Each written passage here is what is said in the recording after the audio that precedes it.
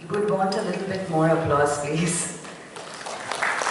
Thank you. Thank you so much for the theme address, Professor Dhruvajyoti Chattopadhyay. May I now call upon Dr. Partha Sarathi Ganguli to please come up and give his valuable declarations, please. Thank you.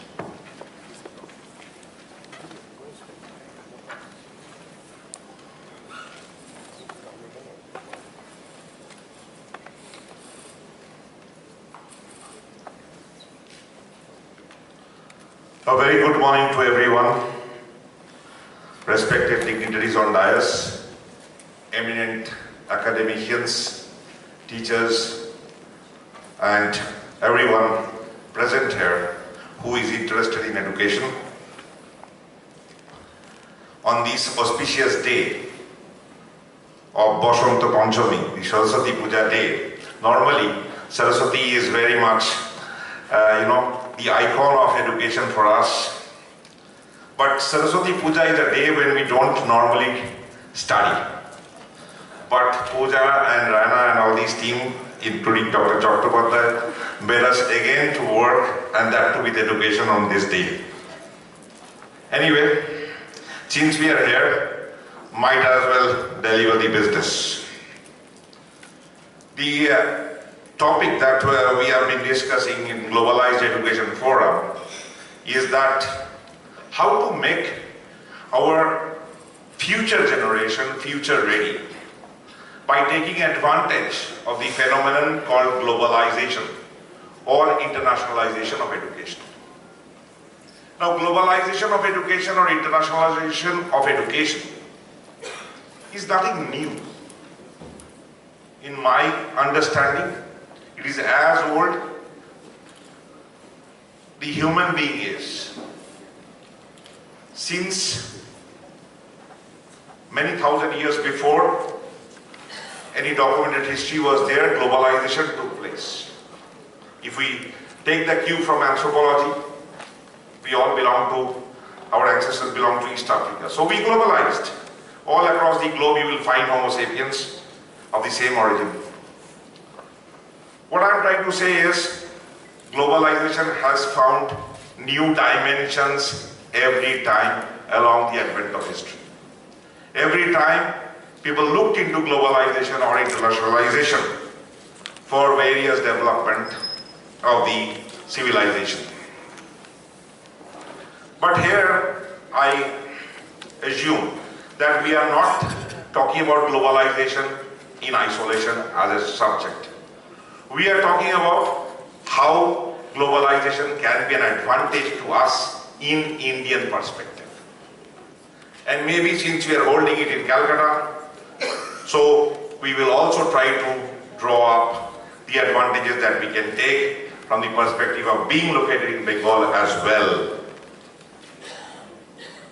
Now, India, if we have to think about, normally when we speak about India, we Indians, we feel India is a great country. But many of us do not have a understanding why India is a great country. I feel India is one of the great or greatest country. Because if you look into the world, you will find most of the countries are either formed on the basis of religion or on the basis of language.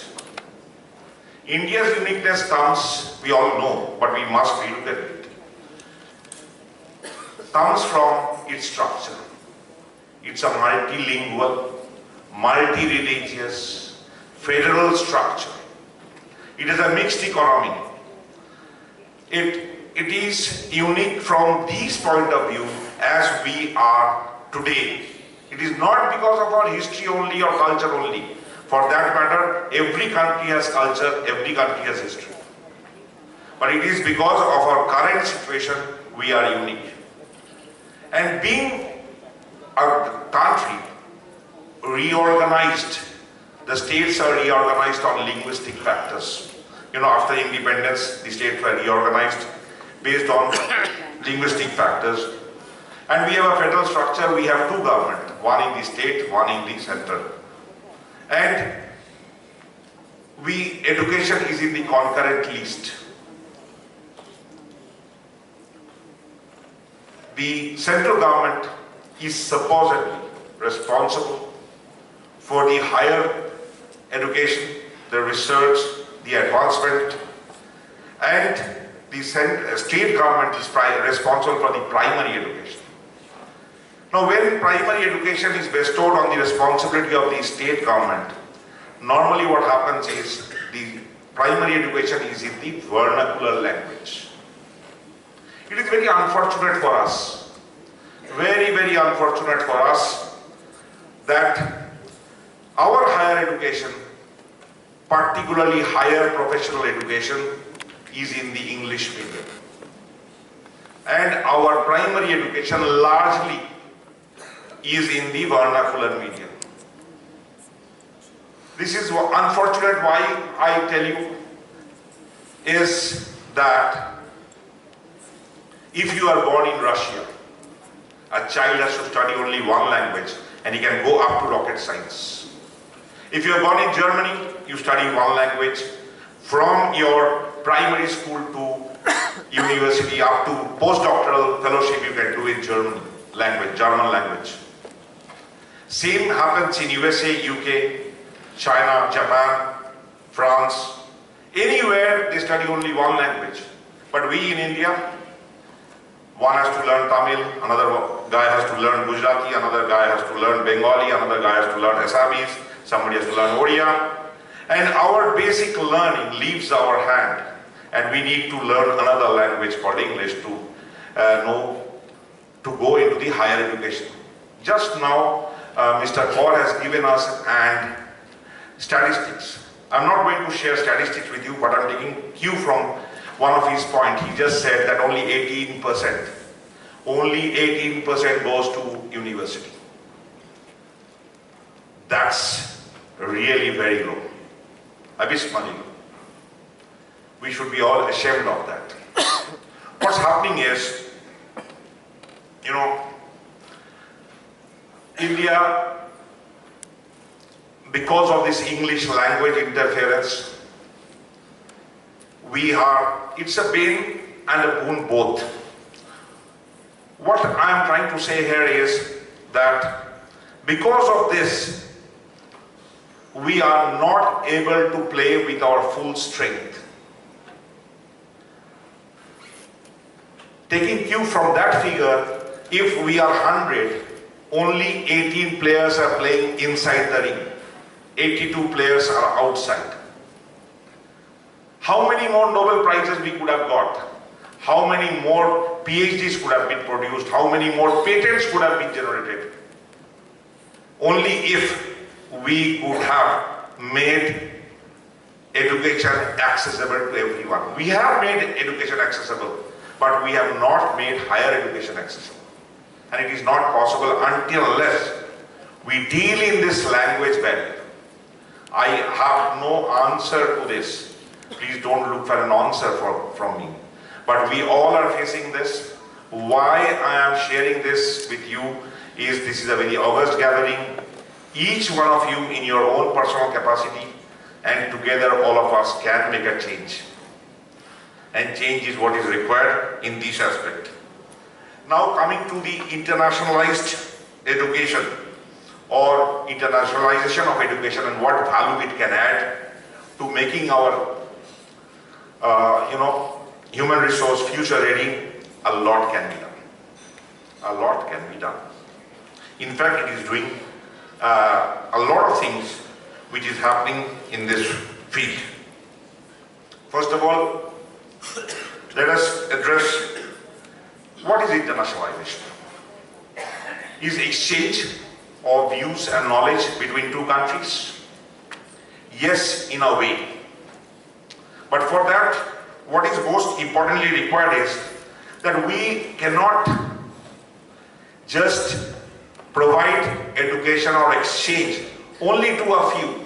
In that case, it will be skin deep, only skin deep. It will not provide any, organic growth or organic development to the polity, to the population, which will, be able to provide meaningful direction for making our human resource future ready. We can talk about curriculum, we can talk about content, we can talk about pedagogical issues, but this is not going to happen until and unless we are going to address the issue of involving the rest. Until unless we cannot make it inclusive, it's not possible. And to make it inclusive, we have to understand what the current situation is. One is that, we always think that in order to become internationalized, we always have to be mastered in English. It's not true. There's a large non-English speaking world which doesn't speak English, and you don't need to be a master in English to interact with them.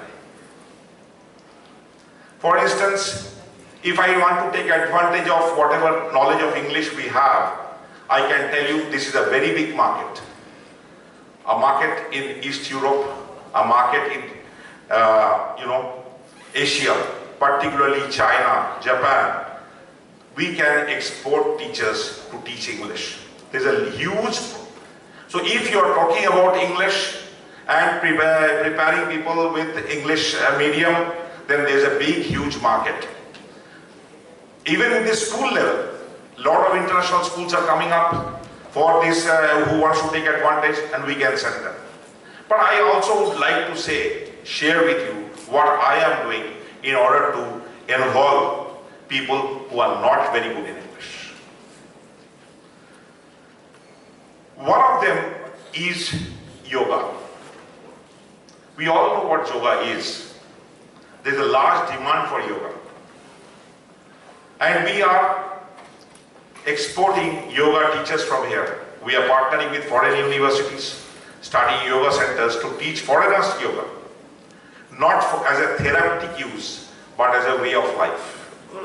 And a lot of Indian teachers are going there. Now, who are these teachers?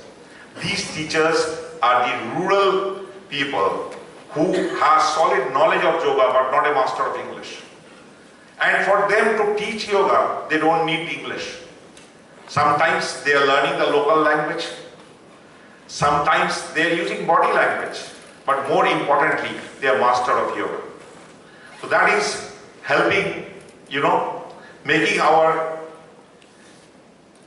human resource accessible. When we are talking about the global market, because if we have to use our education for advancement of our economy, then we have to look into this, and how to make our entire population future ready. I will also, time being short, I just wanted to sow the seed. I think I've been able to sow the seed in your mind. Together you can think how to make it. Professor Chatterjee has given me 2 more minutes. I would like to say that positive attitude or the power of positive thinking has always been the major driver for any development in any human being. Yes, it is very much required, and today we have seen, for last 5 to 7 years, only the power of positive thinking has actually catapulted Bengal from a backseat passenger to a driver of the economy in this country itself. It is only the power of positive thinking which has helped us. Another thing I would like to, since there are a lot of academicians and chancellors are here, India should look into becoming a net exporter of education. It is very important that we look into, and that can come from power of positive thinking. There are a lot of takers for Indian education. And, we can, export education rather than importing education as we have been doing. We always think globalization means tying up with some foreign university in Europe, take their, advice and do something. No, this approach is not going to work in future. You have to invent your own path. Top-down approach or borrowed approach from the West is not going to work for us. We have to find out a solution from within. And there are takers. There are takers. Even people from Europe, UK, USA, they are willing to come and study in India. provided our universities gear up with infrastructure and course offerings. Today we have to, come out with those shackles, throw out the shackles of very much butted by curriculum. We have to give as Dr. Chatterjee was telling, that opportunities must be given. And if opportunity is given, India can definitely become a very strong contributor to the growth of world economy. Thank you very much for giving me a patient hearing.